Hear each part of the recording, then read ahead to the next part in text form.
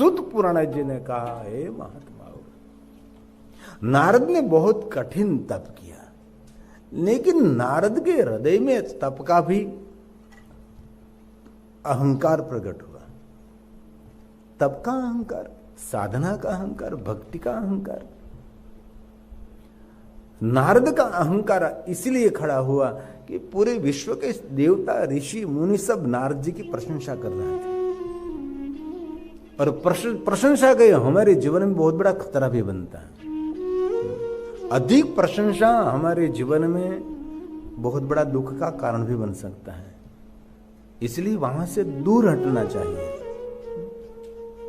और भगवान शिव जी ने नारद जी को बहुत समझाया था, नारद जी, जो आपके जीवन में तप, साधन, अनुष्ठान की है उसका ये फल है, लेकिन आपको मौन रहना है। किसी के आगे आपको आपकी स्वयं की प्रशंसा नहीं करनी। गोप्यम गोप्यम सर्वथा।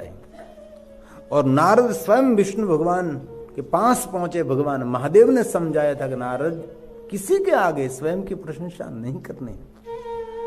विष्णु भगवान के आगे नारद जी ने प्रशंसा की, तब विष्णु भगवान ने समझ लिया नारद मेरा भक्त है, वैसे अहंकार की बोली बोलता रहेगा, उसका पतन होगा। उसके लिए मुझे कुछ करना पड़ेगा। सुंदर माया निर्मित नगर का निर्माण हुआ, और नारद जी माया से भ्रमित हुए।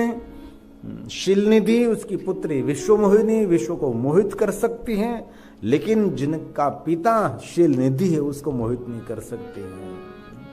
इसलिए परमात्मा की माया से सुरक्षित रहना है तो मनुष्य के लिए शीलवान होना बहुत आवश्यक है।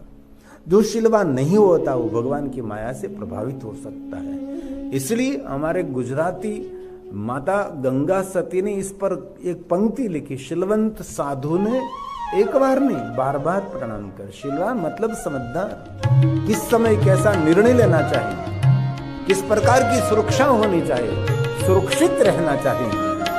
ये गुजराती पंक्ति है।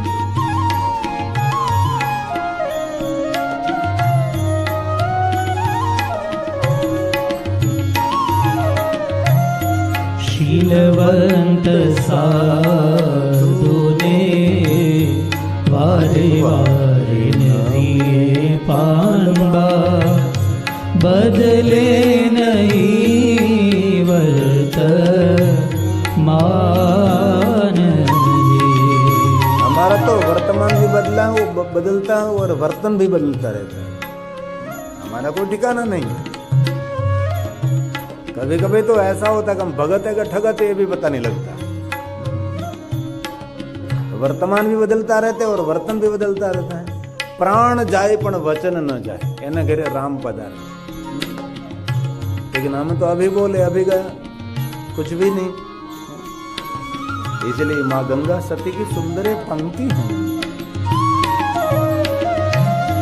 शीलवंत साधु ने वारे वारे दिए पानबा, बदले नहीं वर्त मान रे। शीलवंत साधु ने वारे वारे दिए पानबा, बदले नहीं वर्त मान रे। चित्त निवृत्ति जने सदा निर्मणि ने, चित्त निवृत्ति जने सदा निर्मणि ने, महाराज थाए मेरे बान रे। शीलवंत साधु ने वारे वारे दिए पानबा, बदले नहीं वर्त मान रे। बदले नहीं वर्त मान रे।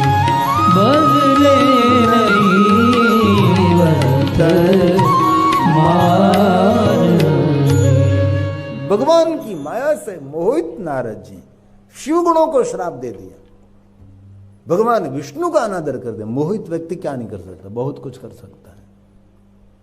दूसरों की हानि करने से कभी हमारा लाभ नहीं होता, जीवन में कभी संभव नहीं। दूसरों को सुख दुखी करके सुख की अपेक्षा रखने वाले का सुख, उसकी आयु बहुत लंबी नहीं होती। शिवगुणों ने श्राप तो स्वीकार लिया, नारद जी भगवान विष्णु के आगे विष्णु जी का अनादर कर रहे हैं। क्योंकि नारद जी की बहुत सारी कामना थी, पूर्ति नहीं हुई, इसलिए नारद को क्रोध आया था। मनुष्य जाति का सबसे बड़ा शत्रु तो क्रोध है। व्यक्ति का पूरी कारकिर्दी, पूरा कैरियर क्रोध खराब कर, अरे जीवन को समाप्त कर सकता है क्रोध। समझो क्रोध को जीत लिया उसने, दुनिया को जीत ली। क्रोध के खप्पर में दूसरों का भी भक्षण कर सकते हो, और क्रोध के खप्पर में अपने स्वयं का भी भक्षण हो जाता है। क्रोध बड़ा भयंकर है, इसलिए क्रोध को हम क्रोधा अग्नि कहते हैं। एक पल के लिए आपने क्रोध किया तो 72 घंटे तक करोड़रज्जु में कंपन रहता है। क्रोधी व्यक्ति जल्दी वृद्ध हो जाता है और तेजहीन हो जाता है। छोटी छोटी बातों में बड़ा बड़ा क्रोध करना, उससे बड़ी मूर्खता क्या हो सकती है। नम्रता से काम पूर्ण हो रहा है तो आक्रामकता कभी नहीं करनी चाहिए। आक्रामकता से काम बिगड़ता है, आक्रामक होने से कुछ नहीं होता। और बहुत लोगों में धैर्य नहीं होता। अभी मैंने वैमली कथा पूर्ण की तो अभी तो मैंने धून शुरू कराई है, अंतिम कथा के विराम। धून शुरू कराए तो वहां भोजन पर प्रारंभ में भीड़ हो जाती है। इतना धैर्य नहीं यार, इतना धैर्य नहीं कि कम से कम भगवान की धून गा रहे हैं, हम भगवान की आरती करेंगे, पवित्र श्रावण मास चल रहा है, नहीं, वहां लाइन लग जाती है। मेरे सनातन का कैसे उत्थान होगा? हमारी कोई मर्यादा ही नहीं। हम यहां ये सिखाने के लिए आए हैं आपके पास। बहुत लोगों की दृष्टि अलग रहती है हमारे प्रति, उसको मुबारक, लेकिन हम आपको कुछ कहने के लिए आए हैं कि हमारी सनातन की गरिमा क्या है। हमारे सनातन को अनुशासन नहीं है। ऐसे अनुशासन नहीं रहेगा तो धीरे धीरे जितने हमने धर्म स्थानों बनाए हैं कभी तकलीफ हो सकती है। इसलिए हमारा ग्रंथ हमको धर्म अनुशासन सिखाता है, लेकिन नहीं धैर्य। उसको इतना पता होना चाहिए कि इतनी बड़ी सुविधा व्यवस्था है तो आपके लिए करिए और दूसरों के लिए नहीं करिए। लेकिन नहीं, आरती में उसके पास रहने के लिए समय नहीं। इतने हमारे लोग नीचे उतरे हैं और हम लोग घर घर, गांव गांव, शहर शहर तक इसीलिए हम घूमते फिरते रहते हैं। हमारे समाज का दर्शन होगा, हमारा समाज कितना ऊंचा उठा और कितना नीचा गिरा, ये हमारा दर्शन रहता है। और दुख भी हो रहा है।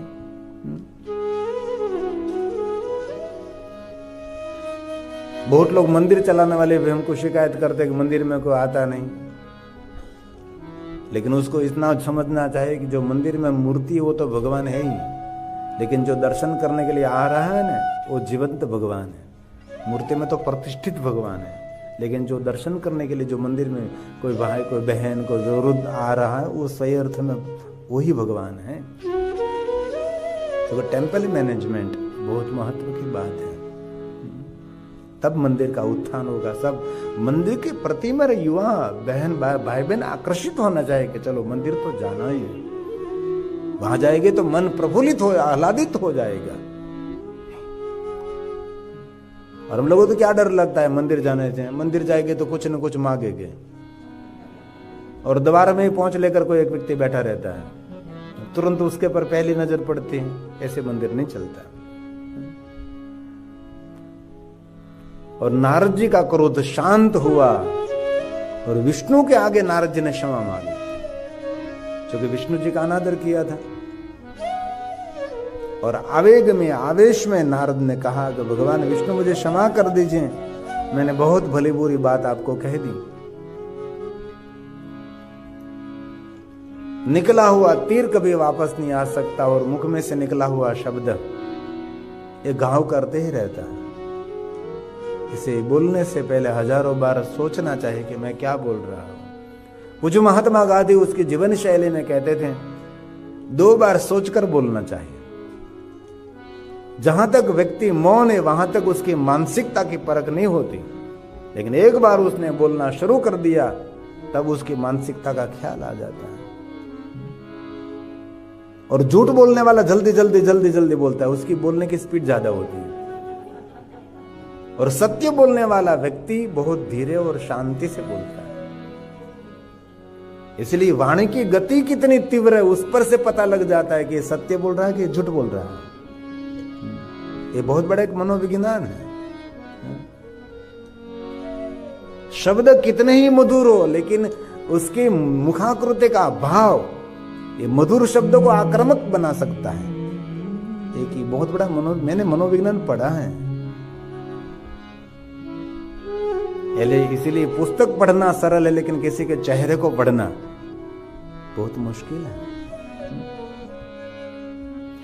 इसी समय भगवान महादेव के गण वहां पधारे और नारद जी के आगे क्षमा मांगने लगे। आपने हमको श्राप दिया, हम राक्षस बनेंगे।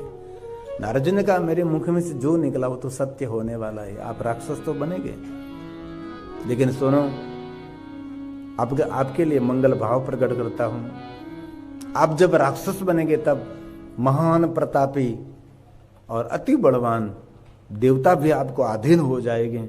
ऐसे प्रतापी राक्षस बनेंगे, आपका नाम रावण और कुंभकर्ण रहेगा और आपके हृदय में महादेव के प्रति अनहद भक्ति रहेगी। ये नारद जी का आशीर्वाद था। और नारद जी का दूसरा आशीर्वाद था कि श्री हरि नारायण में से नर रूप धारण करके श्री राम रूप में प्रकट रहेंगे और आप दोनों का कल्याण करेंगे। नारद जी ने मृत्यु शब्द नहीं प्रयोग किया, कल्याण करेंगे, क्योंकि भगवान के द्वारा जिनका अंत हो रहा है उसका कल्याण रहता है। आज मैं शिव महापुराण ग्रंथ में कुछ पढ़ रहा था तो इसमें सुंदर बातें कही थी कि कोई शिवालय जा रहा और उसकी मार्ग में उसकी मृत्यु हो गई तो उसके पीछे कुछ भी पिंडदान, कुछ भी क्रियाकांड, कर्मकांड, कुछ भी तर्पणापण न करे तो भी जीवात्मा महादेव के लोक को प्राप्त हो सकता है। ऐसा मैं पढ़ रहा था आज। रोज पढ़ना है, चाहे थोड़ा थोड़ा अध्ययन करना ही चाहिए। तो मुझे खुशी हुई कि बहुत सुंदर बात है। हमारे गुजरात में हरिराम बापा हुए, जलाराम बापा का अवतार जिनको मानते हैं, ज्यादातर नागपुर रहते थे। उसके सानिध्य में मुझे शिव कथा करने का भी अवसर मिला। जो लोहाना समाज, ठक्कर समाज है, इस समाज उससे बहुत प्रभावित रहा। हरिराम बापा जलाराम बापा का अवतार मानते थे और बहुत पुण्यशाली, बहुत तपस्वी, बहुत परोपकारी। मुझे उसके साथ रहने का अवसर भी मिला है। और मैं द्वारका बहुत पहले गया था, वहाँ पूज्य बापू की कथा में 9 दिन रहा था, तो उसके साथ मुझे रहने का अवसर। और 24 घंटे रामचरितमानस का पाठ करते थे और सुंदरकांड का पाठ रोज करता, जो टेलीविजन में देते हरिराम बापा। सुंदरकांड का पाठ रोज था और मुझे उसके साथ रहने का अवसर मिला। और तब मैं स्वयं ड्राइविंग करता था, तो मैं उसको नागेश्वर ले जाता था, उसको गोपी तालाब ले जाता था, मेरे पास बैठते थे और मैं ड्राइविंग करता था। मैं अकेला ही गया था और एक स्वामी मंदिर में हम ठहरे थे। अरे भगवान राम के अनन्य भक्त थे, जैसे जलाराम बापा का ही दूसरा स्वरूप ये हरिराम बापा। ऐसे पवित्र पुरुष, उसके जीवन में कैसा अंत हुआ देखो। अमरेली गांव में श्रीमद् भागवत कथा चल रही थी। भागवत कथा श्रवण करने के बाद भागवत कथा की पोथी जी भगवान कहते हैं उसको, पोथी नहीं कहते। कई लोग पोथी आ भी गए, ऐसा नहीं बोलते, पोथी जी भगवान पधार गए। ये भाषा की शुद्धि है। तो श्रीमद् भागवत कथा की पोथी जी भगवान, वहां हमारे अमरेली में नागनाथ महादेव का बहुत बड़ा प्राचीन शिवालय है, अति प्राचीन है। तो नागनाथ महादेव के सानिध्य में पोथी जी भगवान को अर्पण किया और भगवान नागनाथ महादेव को प्रणाम कर रहे थे।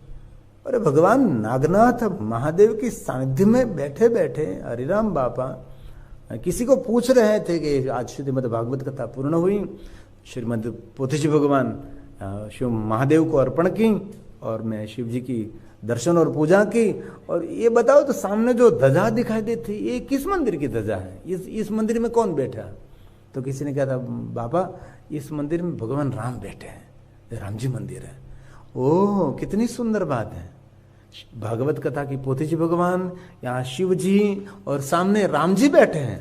ऐसे करके आंख बंद कर गए और चले गए।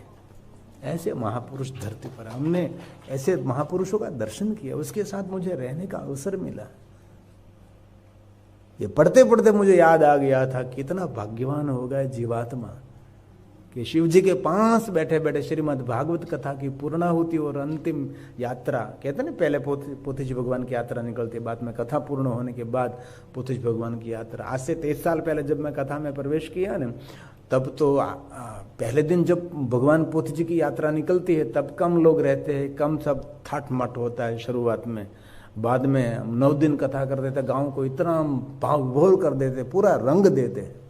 तो आखिरी दिन जब भगवान पोथीजी की यात्रा निकलती है तो इतने ही धाम, तो इतने ढोल नगारे और घणी जगह पर तो हमने घोड़ा पर बेहाड़ा, धोती पर इन फावे नहीं तो घोड़ा पर કે બેહવું જ પડે, કે બેહવું જ પડે બોલો ઘોડા પર।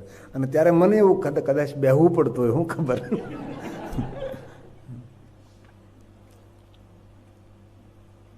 ऐसे मेरे गुजरात और सौराष्ट्र का है ऐसा वातावरण। तो आज पढ़ते पढ़ते मुझे याद आया कितनी सुंदर बात है, कोई शिवालय जा रहा है, उसका देह शांत हो गया तो भगवान स्वयं ने कहा वो मेरे लोक पर पधार सकते हैं। ऐसे तो बहुत सारे जीवंत दृष्टांत मेरे जीवन में अनुभव में आए हैं। जीवंत दृष्टांत, काल्पनिक नहीं, बने बनाए नहीं, रूपक दृष्टांत नहीं, ऐसी बहुत सारी बातें होती हैं। इसलिए नारद जी ने ऐसा ही कहा कि आपका मंगल होगा। भगवान श्री हरि नारायण नर रूप ने धारण होकर साक्षात भगवान श्री राम के रूप में प्रकट हो गए और रावण और कुंभकर्ण आपका मंगल होगा, ऐसा भाव प्रकट किया। बाद में नारद जी ने भगवान विष्णु जी को पूछा, श्री हरि मेरे हृदय में कुछ संताप हो रहा है। तब भगवान विष्णु जी ने बहुत सुंदर बात कही कि नारद क्रोध करने से क्या मिलेगा, संताप ही मिलेगा। दूसरों का बुरा करने से कभी सुख नहीं मिलता नारद। दूसरों को श्राप देने से हमारा जितना पुण्य है सभी पुण्य का क्षय हो जाता है। आप कितने बड़े तपस्वी थे, मुझे मालूम है कि आपने शिव जी को स्वयं ने समझाया था, लेकिन आपने स्वयं शिव की बात नहीं मानी, तो आपका कल्याण कैसे हो सकता है। तो धर्म ग्रंथ शास्त्रों साधु की सदगुरु की जो मेरे ऋषि मुनियों की बात नहीं मानते, कभी उनको सुख की इच्छा रखने का अधिकार नहीं है।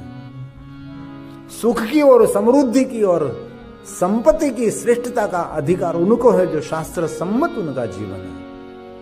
जो ऋषि मुनियों ने जो कहा वही खाएंगे, वही पिएंगे, उनके अनुसार हमारा जीवन होना चाहिए। विचार और वाणी वर्तन हमारे लिए शास्त्र सम्मत होना चाहिए। भगवान विष्णु जी ने नारद जी को कहा कि नारद आपने श्राप दिया, दूसरों को श्राप देने से कभी भलाई नहीं होती। भगवान श्री हरि विष्णु जी ने कहा नारद दूसरों को श्राप देने से आजीवन का पुण्य, इस पुण्य का क्षय हो जाता है, इस पुण्य का नाश हो जाएगा। और हम भी याद रखिए इस बात को, कभी दूसरों को कभी श्राप नहीं देना, कभी नहीं। बहुत लोगों को आदत है दूसरों को श्राप देते हैं, कभी नहीं। इसको मन को बदल लीजिए। किसी ने आपका अहित किया है, वो व्यक्ति कितना अहित कर सकता है, थोड़ा सा अहित करेगा, बहुत लंबा नहीं, लेकिन दूसरों को श्राप दे दिया तो आपका पूरा जीवन अहित से भर जाएगा। इसलिए थोड़ा सा पीछे हट जाइए, थोड़ा सा दुख सहन कर लीजिए, थोड़ा सा मौन रहिए, थोड़ा सा धैर्य रखें, थोड़ा सा मन को मना लीजिए, लेकिन कभी दूसरों को श्राप नहीं देना है। ये भगवान विष्णु जी ने स्वयं नारद जी को समझाया। नारद जी ने भगवान विष्णु जी को पूछा, भगवान मेरे हृदय में बहुत उद्वेग हो रहा है। भगवान श्री हरि ने कहा नारद सत्कर्म तप साधना अनुष्ठान पूजा अर्चन भगवान का स्मरण आनंद देता है। दूसरों के दुख का भाव हमेशा स्वयं को दुखी करता है। इसलिए आपके हृदय में दूसरों के प्रति अहित का भाव प्रकट हुआ, इसलिए आपका पहला अहित हुआ। मुझे कुछ मार्गदर्शन कर प्रभु, अब मैं क्या कर सकता हूं? जो जीवन में हो गया सो हो गया, उससे मैं बाहर कैसे निकलूं? और अब आगे मैं क्या करूं उसके लिए कुछ मुझे मार्गदर्शन करें। तब भगवान विष्णु जी ने नारद जी को शिव भक्ति का मार्गदर्शन किया। और किसी को भी भगवान महादेव की भक्ति का मार्गदर्शन करना ये बहुत बड़ा पुण्य है। कोई संसार में भटकता लटकता मनुष्य है, मानसिक शारीरिक दुखी है, उनको शिव जी की भक्ति से प्रेरित करना उससे बड़ा कोई पुण्य नहीं। आपने एक व्यक्ति को महादेव की भक्ति से प्रेरित किया, समझ लेना चाहिए आपने 1 करोड़ शिवालय का निर्माण किया है। क्योंकि एक व्यक्ति को महादेव के प्रति उसका भाव हृदय में प्रकट कर दिया, समझ लीजिए आपका भव पार हो गया। इसलिए भगवान विष्णु जी ने नारद जी को महादेव की भक्ति से प्रेरित किए। और हम कथा के माध्यम से और कुछ भी नहीं करते, हम कथा के माध्यम से वही करते हैं। जो कथा श्रवण करते हैं उसके हृदय में ठास ठास कर महादेव के प्रति भाव भर देते हैं। गलती से भी कोई आ गया कथा में और कथा सुन ली तो उसके हृदय में एक बीज तो हमने रोप दिया कि उसके हृदय में महादेव के प्रति कहीं न कहीं तो दीप प्रज्वलित होने लगा है। आज भगवान विष्णु जी ने नारद जी को भगवान महादेव की भक्ति का दान किया है। और भगवान स्वयं श्री हरि ने कहा है, नारद सर्व श्रुति श्रुतम शैवम मंत्र जपक षडक्षरम। नारद जी पहला कार्य करे पंचाक्षर मंत्र का जाप करो। मन को स्थिर करने के लिए, मन को आनंदित करने के लिए, अपने स्वयं की सुरक्षा के लिए श्रेष्ठ कोई उपाय है तो पंचाक्षर मंत्र है। आज सुबह में सदगुरु का मैं एक प्रवचन सुन रहा था, उसने बहुत बड़ी बात की। इस पंचाक्षर मंत्र में इतनी ऊर्जा है कि इतनी ऊर्जा कोई मनुष्य ग्रहण भी नहीं कर सकता। इतनी भरचक ऊर्जा नमः शिवाय मंत्र में है और स्वयं शिव जी का स्वरूप है। उसने बहुत पंचाक्षर मंत्र के बारे में कहा और स्पष्ट कह दिया कि और कोई महामंत्र नहीं, पंचाक्षर मंत्र वही महामंत्र है जो हमारे भारत देश के अंदर जो सब लोगों को सत्कार्य की ओर प्रेरित कर रहे हैं। उसका बहुत बड़ा विश्व लेवल पर एक झुंबेश चल रहा है, भूमि बचाओ। क्योंकि आजकल धीरे धीरे धीरे धीरे शहर गांवों का विस्तार हो रहा है। सभी खेत खलिहान का वाड़ियों का भक्षण हो रहा है। धीरे धीरे खेती लायक जमीन प्लॉटिंग में जा रहे, सीमेंट कंक्रीट के जंगल बन रहे हैं। सभी विश्व में सभी जगह पर खतरा है और पूरे विश्व में ये व्यक्ति झुंबे चला रहा है कि कम करिए, बहुमाड़ी भवन बनाए, कम कमरे में रहिए, लेकिन ये खेती लायक, ये जंगल लायक जो जमीन है उस पर मकान नहीं बनाइए। ऐसा उसका बहुत बड़ा काम चल रहा है। बहुत सारे लोग काम करते लेकिन हम लोगों को पता नहीं होता। निरंतर कार्य उसका शुरू है, भूमि बचाओ। आज शहर भक्षण कर रहा है, धीरे धीरे धीरे विस्तार हो रहा है। आपके देश में भी ऐसा ही हो रहा है। नए नए मकान बन रहे हैं, नए नए प्लॉटिंग बन रहे हैं, नया नया विस्तार हो रहा है, लेटेस्ट सोसाइटी बन रही। सभी शहरों में यही है और ये मानव जात के लिए बहुत बड़ा खतरा है। हम 2009 में पहली बार आए थे। 16 साल से मैं हर साल इस देश में ऑडिट करने के लिए आता हूँ। और 2010, 9, 11, 12 में क्या वातावरण था और अब क्या हो गया। हमने कभी सोचा भी नहीं था कि देश में इतना ताप पड़ेगा, इतनी गर्मी पड़ेगी, 35-40 तक। यहाँ देखो ये क्या हो रहा है। सबको पता होना चाहिए कुछ डिस्टर्ब हो रहा है, पूरी प्रकृति का तांडव हो रहा है। आज हम देख रहे हैं। पहले हमने कभी सुना नहीं था बादल फटा, अब तो मानव भी फटता है, बादल भी फटता है, ज्वालामुखी भी फटता है। क्या सब कुछ होने लगा, कुछ तो परिवर्तन हो रहा है। नहीं तो कहते बोलो अलग अलग फाटी जो।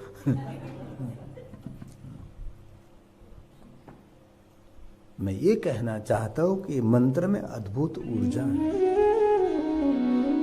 सदगुरु के बारे में चला गया, उसका बहुत बड़ा कार्य है। मन को स्थिर करने के लिए, ध्यान के लिए इंटीरियर इंजीनियरिंग वो सिखा रहे हैं। इंटीरियर अंदर से कैसे ठीक हो सके आप।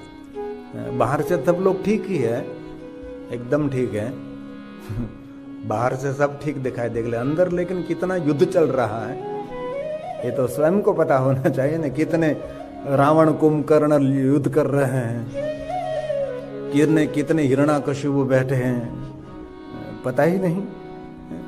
इसलिए उसका एक कोर्स है, उसका इंटीरियर इंजीनियर अंदर का ठीक करे। अंदर से ठीक हो गया तो बाद में तो मस्ती ही मस्ती है। लेकिन हम लोग ऐसा मानते हैं ब्रांडेड वस्तु पहनने से मस्ती आएगी, कभी नहीं होती। भीतरी ठीक होना चाहिए। इसलिए सदगुरु इस बार पर आज पंचाक्षर मंत्र के बारे में मुझे बहुत अच्छा लगा। एक दो व्यक्ति को मैंने भेजा भी कि देखो ये मंत्र में अद्भुत शक्ति है। उसने कह दिया कि यही महामंत्र हो। मेरे शास्त्रों में तो पहले से कहा है ये पंचाक्षर, ये ओम नमः शिवाय, ये नमः शिवाय।